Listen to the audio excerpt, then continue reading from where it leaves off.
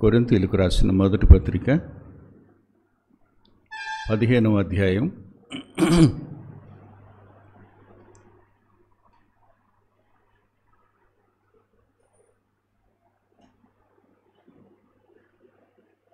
58వ వచనం. కాగా నా ప్రియ సహోదరులారా, మీ ప్రయాసము ప్రభునందు వ్యర్థము కాదని ఎరిగి స్థిరులను కదలని వారును ప్రభువు కార్యాభివృద్ధి యందు ఎప్పటికీ ఆసక్తులునై ఉండుడి.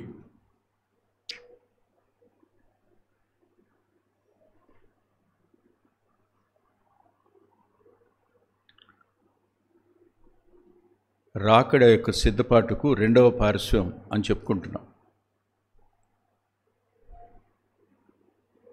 మొదటి పార్శ్వంలో సువార్త ప్రకటన అన్నది ప్రభు కార్యం, మనం చేయవలసిన ప్రభు పని. దాని విషయంలో ఎప్పటికీ ఆసక్తి కలిగిన వాళ్ళుగా ఉండండి, ఆసక్తులునై ఉండండి. నేను బాగానే ఉన్నాం, మంచిగా ఉన్నాం అనుకుంటున్న సంఘాలలో నుండి మన లోపాలను ఎత్తి చూపిస్తే బాగుంటుంది, నేరుగా డైరెక్ట్గా తిడితే బాగోదు కదా. అందుకోసం సంఘాలలో నుండి మన లోపాలను ఎత్తి చూపిస్తే అప్పుడు మీరు కాదనలేరు, నా మీద కోపం పెట్టుకోరు. తెస్సలోనిక సంఘం దగ్గరికి వెడదాం. మొట్టమొదట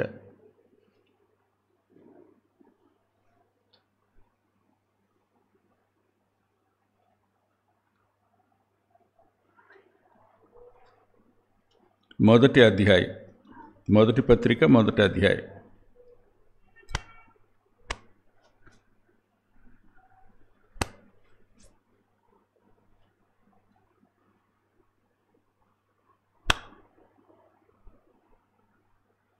ఇదంతా లైవ్లో కనపడుతూనే ఉంటుంది.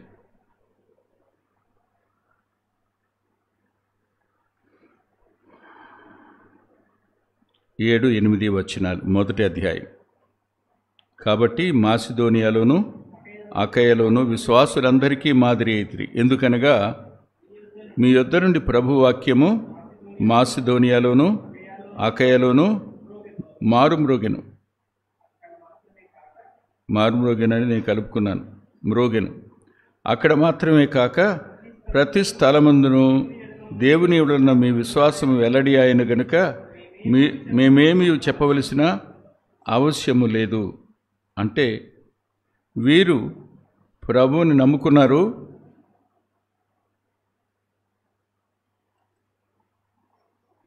నాలుగు 5 వచనాలలో సువార్త వాళ్ళ దగ్గరికి ఎలా వెళ్ళిందో, ఏ పరిస్థితుల్లో వారు వాక్యాన్ని అంగీకరించారో 6వ వచనంలో కనపడుతుంది. గొప్ప ఉపద్రవంలో ప్రభు సువార్తను అంగీకరించిన వాళ్ళు. ఆ సువార్తను వారు మాసిడోనియాలోను అకయలోను మురోగేటట్టుగా చేశారు. ఇంకా అనేక ప్రాంతాలకు సువార్త అందింది. ఇది తెస్సలోనిక సంఘం యొక్క ఆధిక్యత. నశిస్తున్న ఆత్మల పక్షంగా వారు తమ వంతు తాము చేసిన బాధ్యత ఇది. తిరిగి ఇదే సంఘాన్ని గురించి మరో మాట చూపిస్తాను, ఓర్చుకుంటారో లేదో నాకు తెలియదు. దయచేసి రండి. రెండవ పత్రిక 3వ అధ్యాయం.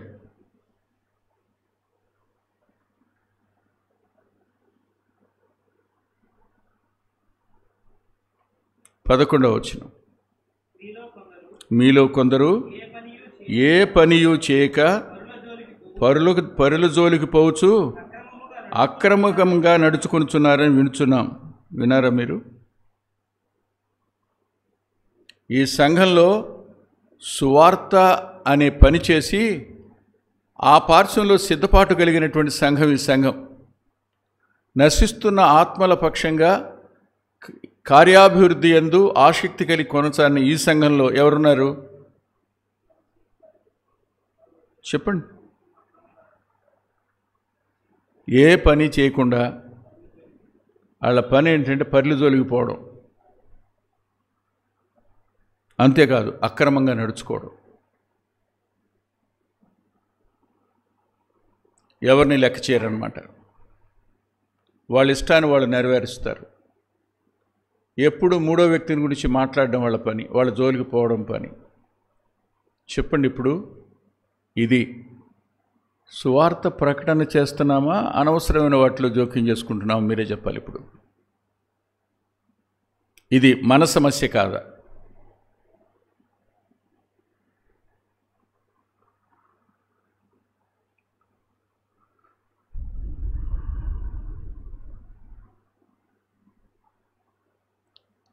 ఒక ప్రపంచ ప్రఖ్యాతిగాంచిన ఒక మిషనరీ సంస్థ ఒక ఎస్టిమేషన్ చేసింది. ఏమనంటే, I have been estimated that probably 95% of church members have never led a person to Christ. 95% సంఘ విశ్వాసులు ఏ ఒక్కరిని ప్రభు దగ్గరికి తెచ్చిన వాళ్ళు కారు.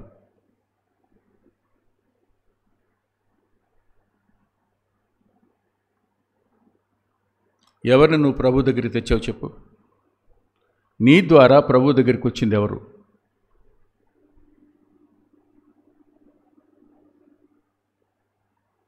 రెండవ కోవకు చెందిన వాళ్ళం కాదా? ఆయన వచ్చేస్తాడు రావాలి అంటున్నాం కదా. చెప్పండి. 95% జరిగిన సంఘటన ఒకటి నేను చదివింది చెప్తాను వినండి. ఒక వాక్యం చెప్తున్నవాడు ఒక వ్యక్తి, నేను రిజైన్ చేస్తున్నాను అన్నాడు. ఎందుకని అని అడిగారు. నా ప్రీచింగ్ ఎఫెక్టివ్గా లేదు, అందుకని రిజైన్ చేస్తున్నాను నేను అన్నాడు. అరే, మీ ప్రీచింగ్ మేము చాలా ఎస్టానిష్ అయిపోతున్నాము. మీరు ఆ రోజు లేకపోతే, ఆదివారం లేకపోతే మేము అసలు వాక్యం వినలేము. మీరు రిజైన్ చేసేటువంటి మీరు వెళ్ళిపోవటం ఏంటి అని అంటే, ఆయన అన్నాడు, రైట్, అయితే మీలో వాక్యం విని ఒక్కరిని ప్రభువు దగ్గరికి తెచ్చానని చూపించగలిగిన వాడు ఒక్కడు చూపించండి మీరు అన్నాడు. ఎవరు లేరు. మీరు కూడా రిజైన్ చేసేయండి అన్నాడు.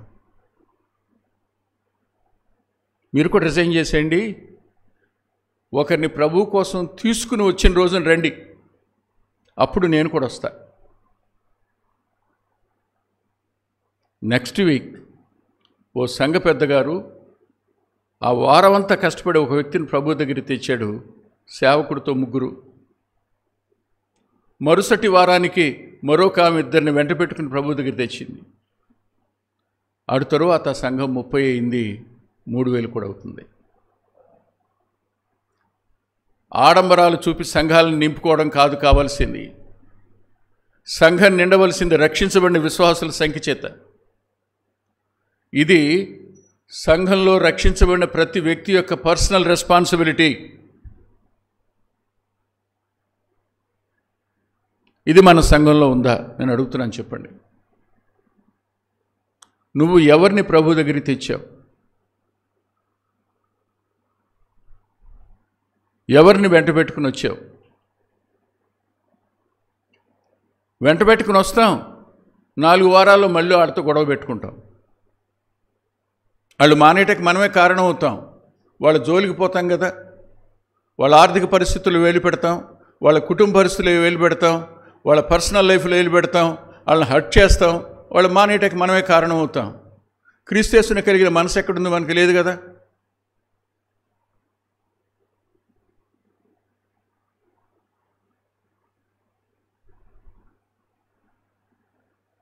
దుఃఖం అనిపించడం లేదా? మన మనసాక్షి మన మీద దోషారోపణ చేయట్లేదా? నేరారోపణ చేసే పరిస్థితుల్లో మనం లేమా? ఆ సంఘానికి ఉన్న పేరు మాసిదోనియాలో, అకయాలో సువార్త వాక్యాన్ని మారుమ్రోగేటట్టుగా చేసిన సంఘం అది. కానీ ఆ సంఘంలో ఎలా ఉన్నారు? ఆత్మల గురించిన పట్టింపు లేదు. ప్రభు దగ్గరికి ఒక వ్యక్తిని తెచ్చిన సందర్భం లేదు. ఇతరుల జోలికి పోవడం, అక్రమంగా నడుచుకోవడం ఉంది అక్కడ. ఇక్కడ అదే ఉంది.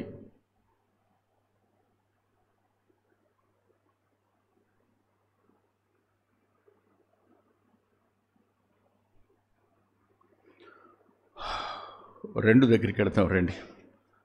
నేను మిమ్మల్ని తిట్టాలని అంటం లేదు, మిమ్మల్ని బాధ పెట్టాలని కూడా నా ఉద్దేశం కాదు. 4వ అధ్యాయం 3వ వచనం, ఫిలిప్పీ పత్రిక 4వ అధ్యాయం 3వ వచనం. అవును, నిజమైన సహకారి ఆ స్త్రీలు క్లెమెంతుతోనూ నా ఇతర సహకారులతోనూ సువార్త పనిలో నాతో కూడా ప్రయాసపడిన వారు. ఎవరు వీళ్ళు? There were 2 sisters in Philippi, Church of Philippi. వాళ్ళిద్దరూ సువార్త పనిలో ప్రయాసపడ్డారు. పౌలు గారికి ఇచ్చిన సహకారులు వాళ్ళు. వాళ్ళ పేర్లు జీవగ్రంథంలో కూడా రాసి ఉన్నాయి. సువార్త పనిలో ప్రయాసపడినటువంటి సహోదరులు ఉన్నారు. పౌలుతో కలిసి ఆయన వెంట ప్రయాణించి, ఆయన గృహాలను దర్శిస్తున్నప్పుడు ఆయన వెంట వెళ్ళి, ఆయన ఎక్కడికి వెళ్ళి వాక్యం చెప్తే అక్కడికి వెళ్ళి పరిచర్య చేసి తోడుగా ఉండి ప్రార్థించినటువంటి సహోదరులు. సిస్టర్స్తో మాట్లాడుంటారేమో, వాళ్ళ వల్ల ఆత్మల రక్షణ జరిగింది. అందుకనే సువార్త పనిలో వాళ్ళు నాతో పాటు సహకారులు అన్నాడు. నాతో కూడా ప్రయాసపడిన వారు అన్నాడు. కానీ ఇదే సిస్టర్స్ ఏం చేశారు? 2వ వచనం చూడండి. ప్రభువునందు ఏక మనసు గలవారై ఉండవల్లని యువోదియను సుంటికేను బ్రతిమాల కొంచున్నాను. సువార్త పనిలో ప్రయాసపడే మీరు ఒకరంటే ఒకరి గిట్టదు. ఒకరి మీద ఒకరు చెప్పుకుంటూ ఉంటారు. మీరు సంఘం 2గా అయిపోవడానికి ఇద్దరు కారణం. మీరు చెప్పండి, ప్రభు కార్యాభివృద్ధి అందా, సంఘాన్ని విడదీయటమైందా? విశ్వాసులైన వారి మధ్య మీరు కేంద్ర స్థానంలో ఉండి నీ తరపున కొంతమంది, ఆమె తరపున కొంతమంది విడదీయడానిక? చెప్పండి.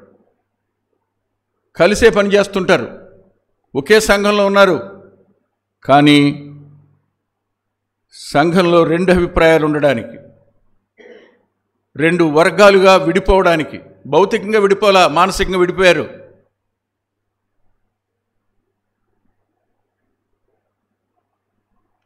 సువార్త ప్రకటించిన సహోదరులు సంఘంలో ఉన్నారు, వారు ప్రయాసపడ్డారు.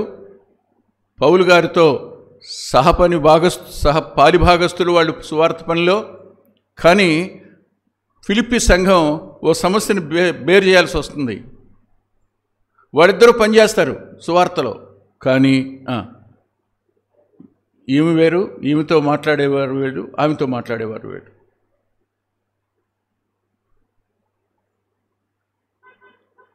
మానసిక విభేదాలకు కారణం సువార్త ప్రకటించి జీవగ్రంథంలో పేరున్న మానసిక విభేదాలకు మీరు కారణమైనప్పుడు ఇది మీ మీద నేరారోపణ కాదా?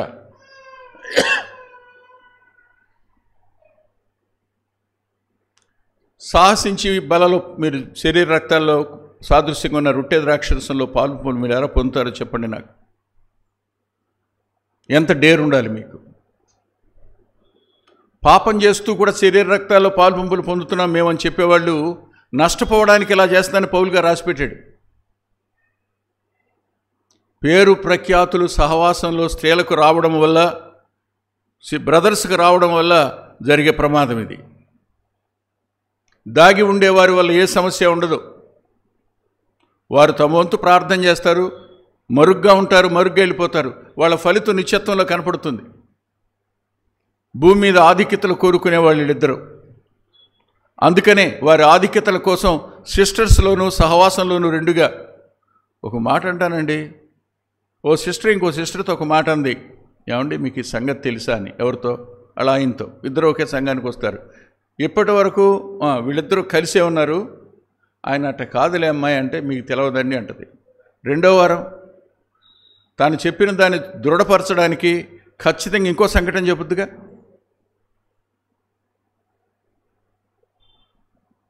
సంఘంలో ఏక మనసు లేకపోవడానికి వీళ్ళు కారణం. క్రీస్తు కేంద్రిత సంఘం కాకుండా స్త్రీ కేంద్రిత సంఘంగాను, సమస్య కేంద్రిత సంఘంగాను ఈ సంఘాన్ని మార్చడంలో సువార్త పని చేసి సువార్త పని విషయంలో ఏ లోపం లేని వారు వీళ్ళు. చెప్పండి ఇప్పుడు, ఇది మన మీద నేరారోపణ చేయటం లేదా?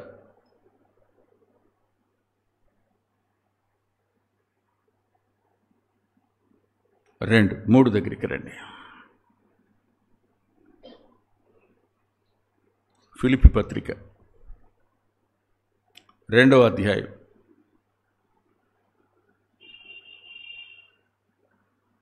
22వ వచనం. అతని యోగ్యత మీరు ఎరుగుదురు, తండ్రికి కుమారుడు ఎలాగూ సేవ చేయనో అలాగే అతడు నాతో కూడా సువార్త వ్యాపకము నిమిత్తము. తిమోతిని గురించి పౌలు గారు చెప్తున్న మాట, తండ్రికి కుమారుడు ఎలాగో సేవ చేస్తాడో సువార్త పని విషయంలో తిమోతి అలాగ నాతో పనిచేశాడు అన్నాడు. సువార్త పని విషయంలో మనకు అవకాశం దొరికినప్పుడు దాన్ని పోగొట్టుకోవడం అనేది నిజంగా నష్టం.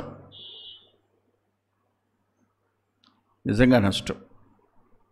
ఎందుకంటున్నానంటే, ఆర్య టోరీ వాళ్ళ అమ్మ ద్వారా రక్షించబడ్డారు. గాడ్లీ ఫియరింగ్ మదర్ ఆమె వల్ల టోరీ రక్షించబడ్డాడు. శామ్ జోన్స్ అని ఆయన వాళ్ళ నాన్న జీవితాన్ని బట్టి రక్షించబడ్డాడు.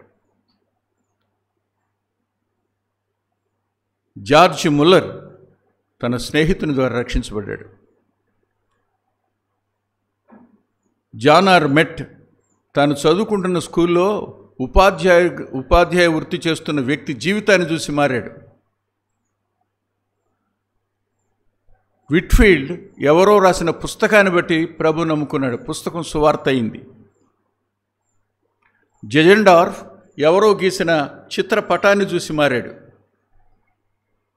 మూడి సండే స్కూల్ టీచర్ వల్ల మారాడు. మన జీవితానికి అర్థం ఏమిటో చెప్తారు ఇప్పుడు మీరు.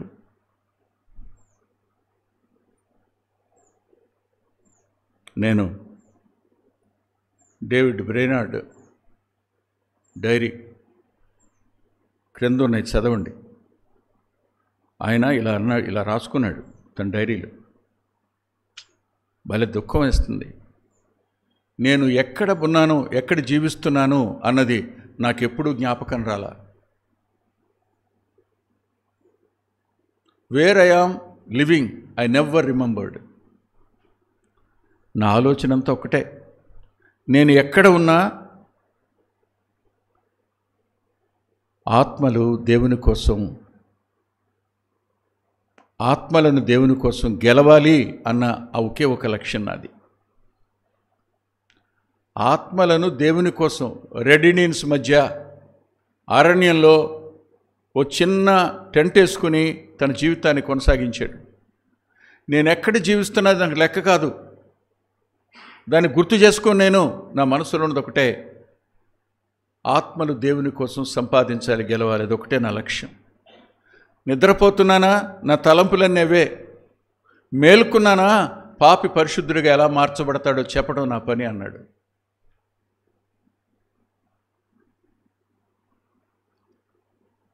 తిమోతి పని అదే, సిస్టర్స్ పని అదే, తెసలోనిక సంఘం పని అదే. కానీ what about the negative part? ఇక్కడ కూడా నెగిటివ్ పార్ట్ ఉంది. పై వచనం చూడండి, 21వ వచనం. అందరూ తమ సొంత కార్యములనే చూచుకొనుచున్నారు కానీ యేసుక్రీస్తు కార్యములను చూడరు. చాలా ఫిలిప్పీ సంఘం మీద ఉన్న నేరారోపణ, అందరూ సొంత కార్యాల మీదే మనసు, కానీ ప్రభు కార్యాభివృద్ధి ఎందు ఏ మనస్సు లేదు. సువార్త ప్రకటన అనేది మనకు పట్టనిది. మన ఇంట్లోనే ఉన్నారండి రక్షించబడవలసిన వాళ్ళు, మన పిల్లల్లోనే ఉన్నారండి, మన రక్త సంబంధంలోనే ఉన్నారండి, మన మందిరంలోనే ఉన్నారండి ఇంకా మారు మనసు పొందిన వాళ్ళు.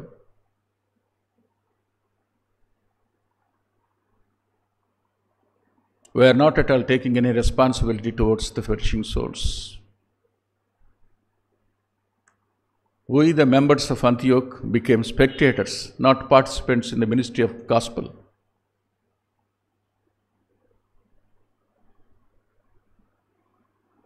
ఆయన రక్షించబడలేదన్నయ్య ప్రార్థన చేయండి, ఆమె రక్షించబడలేదన్నయ్య ప్రార్థన చేయండి. కానీ నీ జీవితం బాగుంటే ఎప్పుడు రక్షించబడేవాళ్ళు, నీ నోరు బాగుంటే ఎప్పుడు రక్షించబడేవాళ్ళు, నువ్వు తల వంచుకుంటే ఎప్పుడు రక్షించబడేవాళ్ళు, నీ ఇగో చచ్చుంటే ఎప్పుడు రక్షించబడేవాళ్ళు. నేను నా సొంత పని, అది నాకు ముఖ్యం. ముందు నా కోసం ప్రాణం పెట్టినవాడు ముఖ్యం కాదు, నన్ను శాపాన్ని నుంచి విమోచించిన వాడు నాకు ముఖ్యం కాదు, నన్ను మరణం నుంచి తప్పించిన వాడు నాకు ముఖ్యం కాదు, నాకు నిత్య జీవాన్ని ఇచ్చినవాడు నాకు ముఖ్యం కాదు, నా కోసం శాపగ్రాహి అయిన వాడు నాకు ముఖ్యం కాదు, నాకు నేనే ముఖ్యం. Self centred Christianity is so dangerous.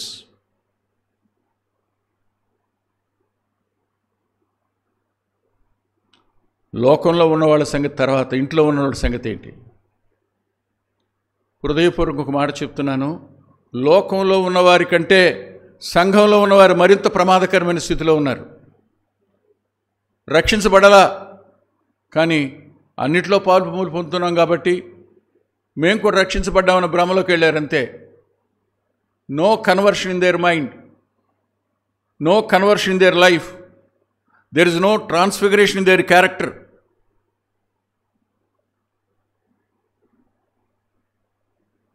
చెప్పండి, ఇప్పుడు మనమంతా సొంత కార్యాలు చూసుకునేవాళ్ళం కాదా? ఏక మనసు లేకుండా చేసిన వాళ్ళం కాదా? పని లేకుండా పరుల జోలికి పోయి అక్రమంగా నడుచుకునేవాళ్ళం కాదా? జవాబు చెప్పండి నాకు.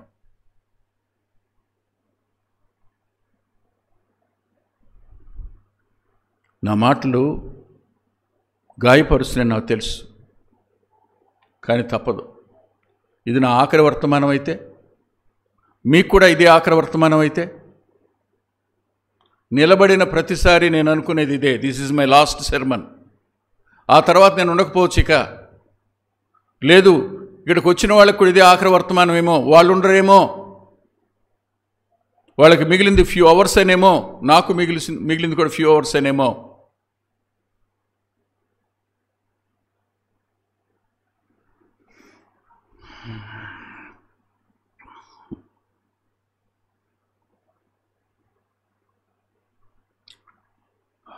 నాలుగవది చూద్దాం.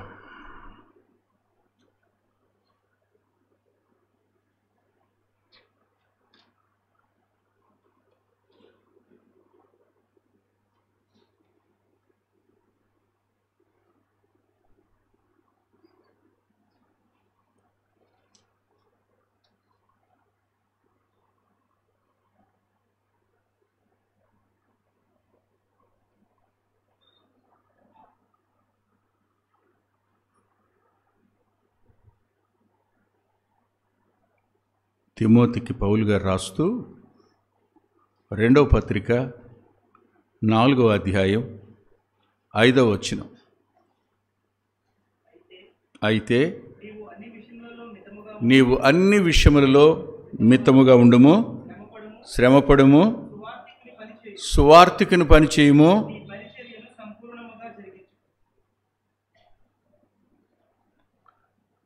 తన ఆత్మీయ కుమారుడికి రాస్తున్న ఆఖరి ఉత్తరంలో ఆయన చెప్తున్న ఆఖరి హెచ్చరిక ఇది.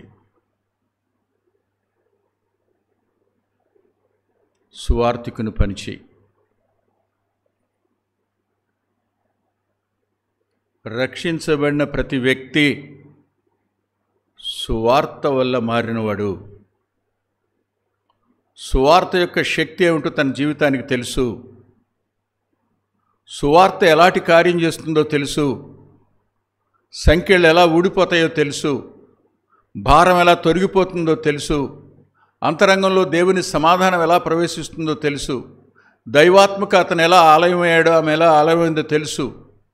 ఆత్మ స్వభావం తనలోకి రావడానికి గల కారణం ఏమిటో తెలుసు. సువార్త ఒక వ్యక్తిని నూతన వ్యక్తిత్వంలోనికి ఎలా మార్చిందో తెలుసు. పాతవి ఎలా గతించిపోయాయో తెలుసు. కానీ ఈ పని మాత్రం చేయం. పౌలు గారు రాస్తున్న ఆఖరి మాట ఇది.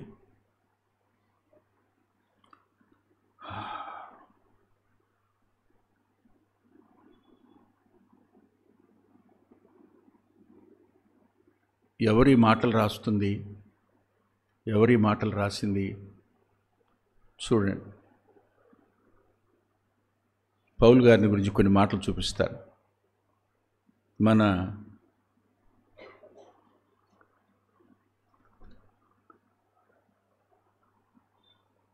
రెండవ పార్శ్వంలో సువార్త ప్రకటన అనే పని మనం ఖచ్చితంగా మరణం వరకు చేయవలసిన పని.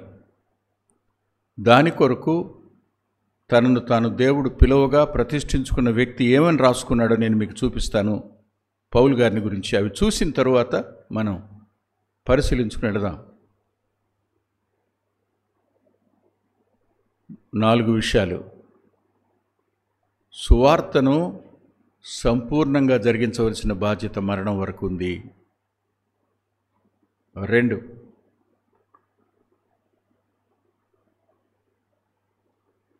సొంత పనులు మాత్రమే కాదు, దేవుని పని చేయవలసిన పని ఉంది. సువార్త పని చేయడమే కాదు, ఏక మనసుకు మనం కారకులం కావాలి. సువార్త చేయడం మాత్రమే కాదు, పరుల జోలికి పోకుండా ఉండాలి, అక్రమంగా నడవకుండా ఉండాలి. ఈ విషయాలు ప్రభు దగ్గర ఒప్పుకుందాం. తిరిగి పౌలు గారి దగ్గరికి వద్దాం. కొరింథీయులకు రాసిన మొదటి పత్రిక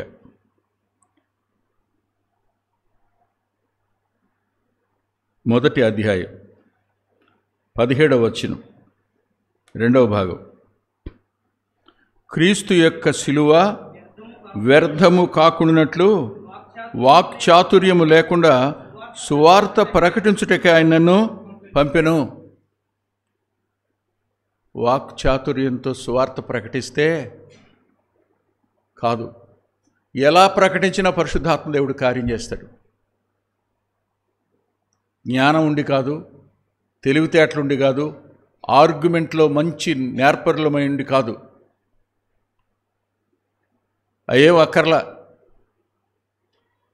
జ్ఞాపకం పెట్టుకోండి, ఒక మాట చెప్తున్నాను.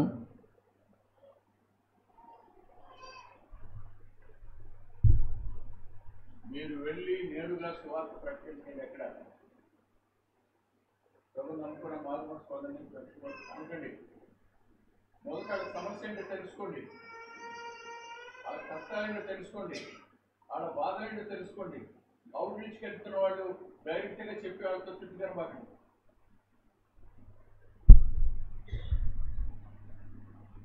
మీరు వాళ్ళ క్షేమం కోసం వచ్చామని వాళ్ళకి ఏమర్థం అవుద్ది? డబ్బుల కోసం వచ్చామనుకుంటారు వాళ్ళు. వాళ్ళతో సంభాషించండి. మేము ఫలానా ఎందుకు మీ ఊరు రావాలనిపించింది, మనసు ఉంది, వచ్చాం, మీరు ఎలా ఉన్నారు, మీ కుటుంబ పరిస్థితులు ఎలా ఉన్నాయి, మేమేం చెయ్యం, మేమేం చెప్పలేం, కానీ ఒకటి మాకు ఒక ధైర్యం ఉంది, దేవుడు కార్యం చేస్తాడని నమ్మకం ఉంచి మీ దగ్గరికి వచ్చాం. స్టార్ట్ చేయండి. సిలువ వ్యర్థం కాకుండా ఉండడానికి దేవుడు నన్ను పంపాడు.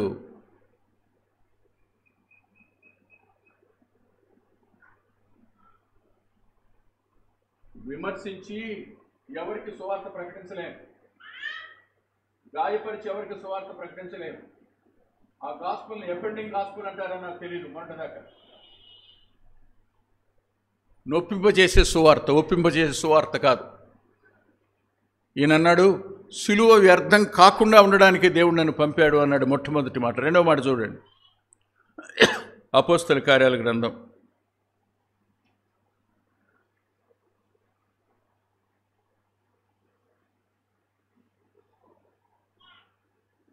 10వ వచనం.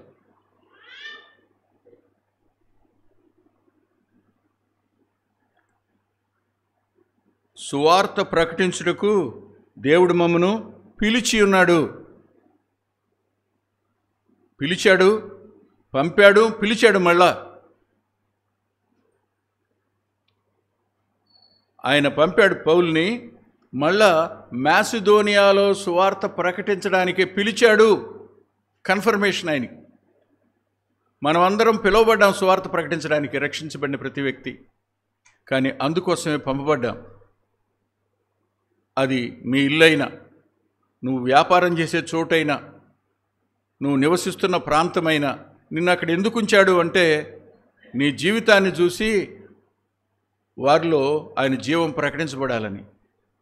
సువార్త వాళ్ళ జీవితాల్లో, సిలువ వారి జీవితాల్లో కార్యరూపం కావాలని మిమ్మల్ని నన్ను పిలిచాడు ఆయన, పంపాడు ఆయన. 3వది చూడండి, రోమాపత్రిక 1వ అధ్యాయం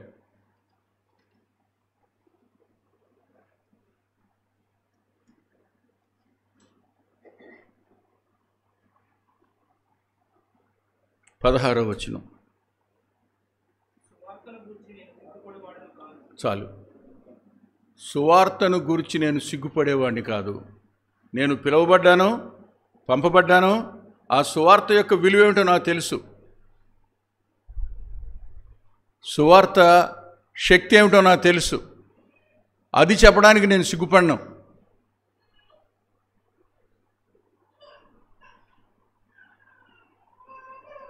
మీరు చేసే వ్యాపారాన్ని గురించి ఎంతమందికి పరిచయం చేస్తారు?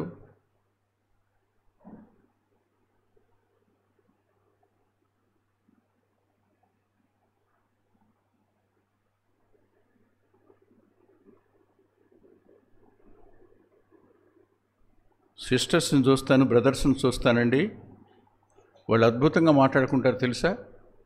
అమ్మా, ఫలానా షాపులో తక్కువ ధరకి మంచి క్వాలిటీ ఉన్నటువంటి శారీస్ దొరుకుతున్నాయి. ఎంతమంది చెప్తారు? 1 కొంటే 2 ఫ్రీ అని ఎంతమంది చెప్పుంటారు? అరే, నమ్ముకోవడం ద్వారా నిత్య జీవం ఫ్రీయా, రక్షణ ఫ్రీయా, అవి ఏం చెప్పరా? బ్రదర్స్ కూడా, ఏమండి, నేను ఫలానా చోట మాత్రమే కందిపోపుకుంటా, కల్తీ ఉండదు బ్రదరు. కొద్దిపాటి ఆర్థిక లాభం దగ్గర, కొద్దిపాటి ధర తగ్గింపు దగ్గర మీకంత పట్టింపు ఉందే. ఆయన మన కోసం ఎంత తగ్గించుకున్నాడో పట్టింపు ఏం లేదా? ఆయన మన నిమిత్తం ఎలా మరణించాడో పట్టింపు లేదా? ఆయన మన నిమిత్తం పాపాన్ని ఎలా భరించాడో పట్టింపు లేదా? ఆయన మన నిమిత్తం దైవోగ్రతను ఎలా సహించాడో పట్టింపు లేదా? ఆయన అపవాది యొక్క క్రియలను నాశనం చేసినవాడు కాడా? అపవాది తల చితకొట్టినవాడు కాదా? వాని చేతిలోంచి విడిపించడం కోసం మన వంతు మనం చేయవలసిన బాధ్యత మనకుందని ఎప్పుడైనా ఊహించారా? ఒక పని అని చేశారా?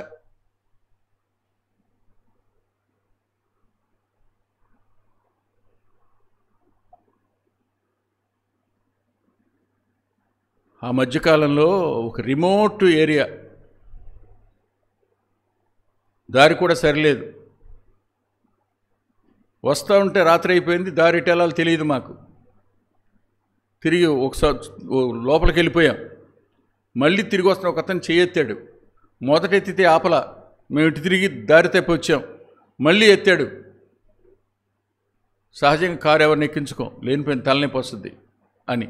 ఆ రోజు ఎవ్వరూ లేరు రోడ్డు మీద, అతను ఒక్కడే ఉన్నాడు. ఎక్కించుకున్నాం. ఎక్కించుకున్న దగ్గర నుంచి కారు నిండా ఆల్కహాల్ వాసనే. మామూలుగా తాగల. అయ్యా, మీరెవరండి? పాస్టర్ గారా అన్నాడు. అవునన్నా. మా బ్రదర్ కూడా ఒక ఆయన ప్రభు నమ్ముకుని పాస్టర్ చేస్తున్నాడండి అన్నాడు. మరి వాళ్ళు ఎప్పుడు సువార్త చెప్పలేదయ్యా అన్న. చెప్తానే ఉన్నారండి, కానీ నేను ఇంటేగా. ఇప్పుడు చెప్పవలసిన బాధ్యత ఎవరి మీద ఉంది? చెప్పండి. కారు ఎందుకు ఆపాం?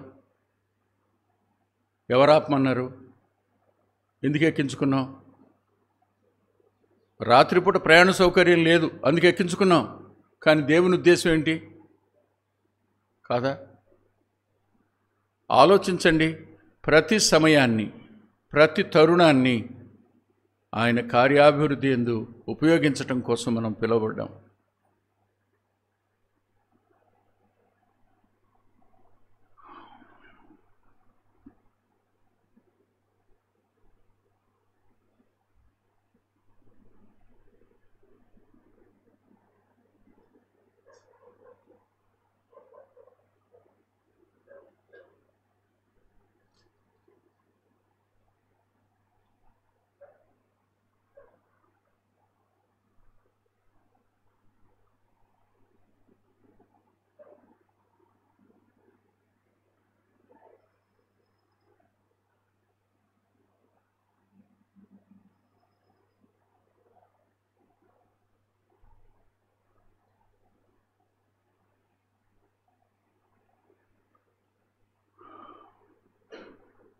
తిమోతి 2వ పత్రిక.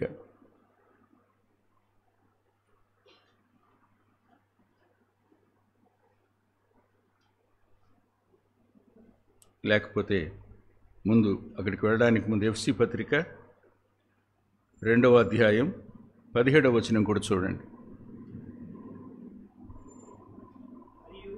మరియు ఆయన వచ్చి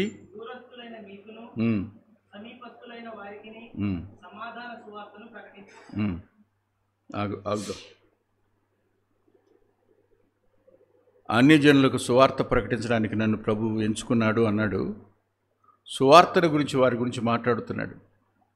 ఎవరు పౌలు అంటే సువార్త కోసం ప్రత్యేకించబడినవాడు, పిలువబడినవాడు, పంపబడినవాడు మాత్రమే కాదు, ప్రత్యేకించుకోబడినవాడు. అందుకే అంటాడు 1 రోమపత్రిక 1వ అధ్యాయంలో, నేను మీ అందరికీ రుణస్తుణ్ణి అంటాడు.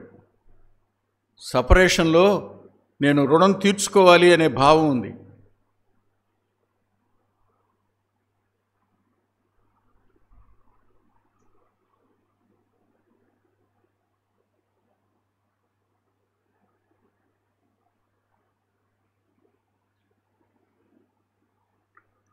సువార్త సువార్త సువార్త అంటున్నాం కదా, అంటే ఏమనుకుంటున్నారు మీరు?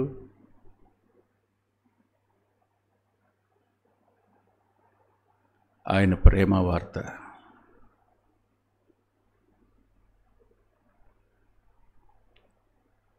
ఆయన సమాధాన వార్త, ఆయన ఇచ్చిన కృపా వార్త, ఆయన అనుగ్రహించిన మహిమా వార్త, అది సువార్త.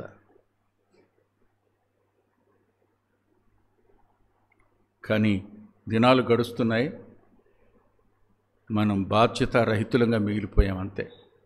ఇంతకు మించి మరొకటి ఏం కనిపించటంలా.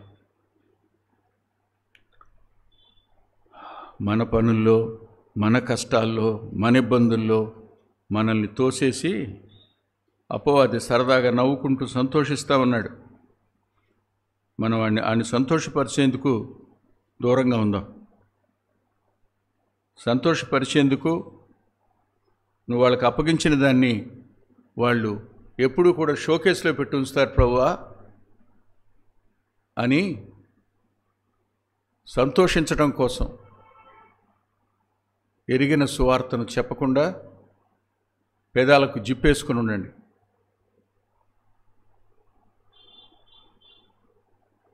తిమోతికి రాసిన 2వ పత్రిక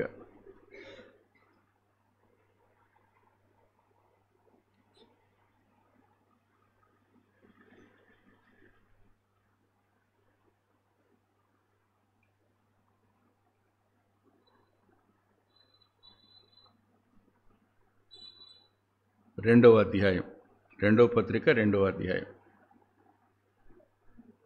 9వ వచనం.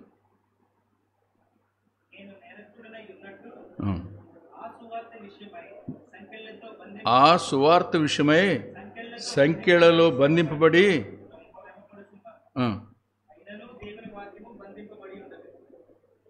నేను సిగ్గుపడను, నేను పిలువబడ్డాను, నేను పంపబడ్డాను, సిలువ వ్యర్థం కాకూడదని సంకెళ్లలో కూడా ఉన్నాను. కానీ ఈ సంకెళ్లలో కూడా అనేక మంది తిరిగి జన్మించడానికి ఆ వాక్యాన్ని నేను ఉపయోగించాను. ఆ వాక్యం బంధించబడలేదు.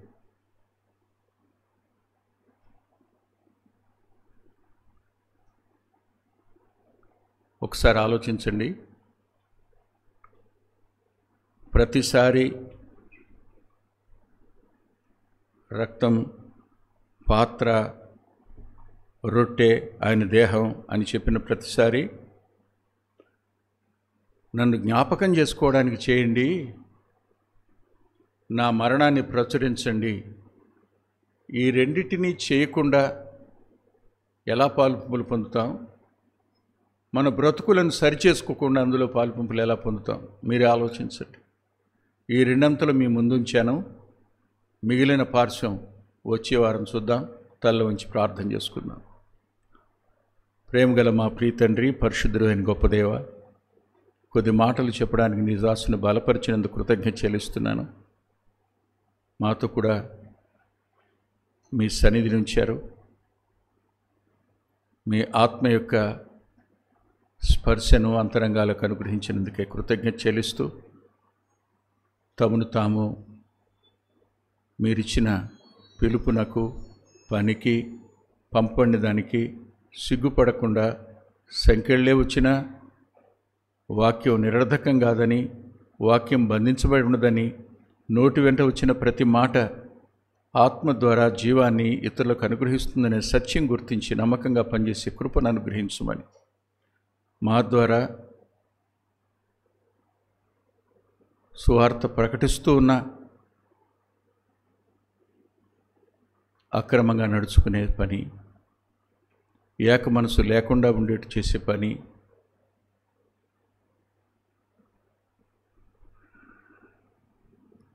తండ్రి క్షమించండి. మేము నీ పాదాల దగ్గర మరోసారి పరుల జోలికి పోవువాడిగా ఉండకుండా, అక్రమంగా నడుచుకోకుండా ఉండడానికి నీ వాక్యాన్ని, నీ ఆత్మ వెలుగులో అనుసరించే కృపనిమ్మని యేసుక్రీస్తు ప్రభువారి పేరిట ప్రార్థిస్తున్నాం తండ్రి. ఆమేన్.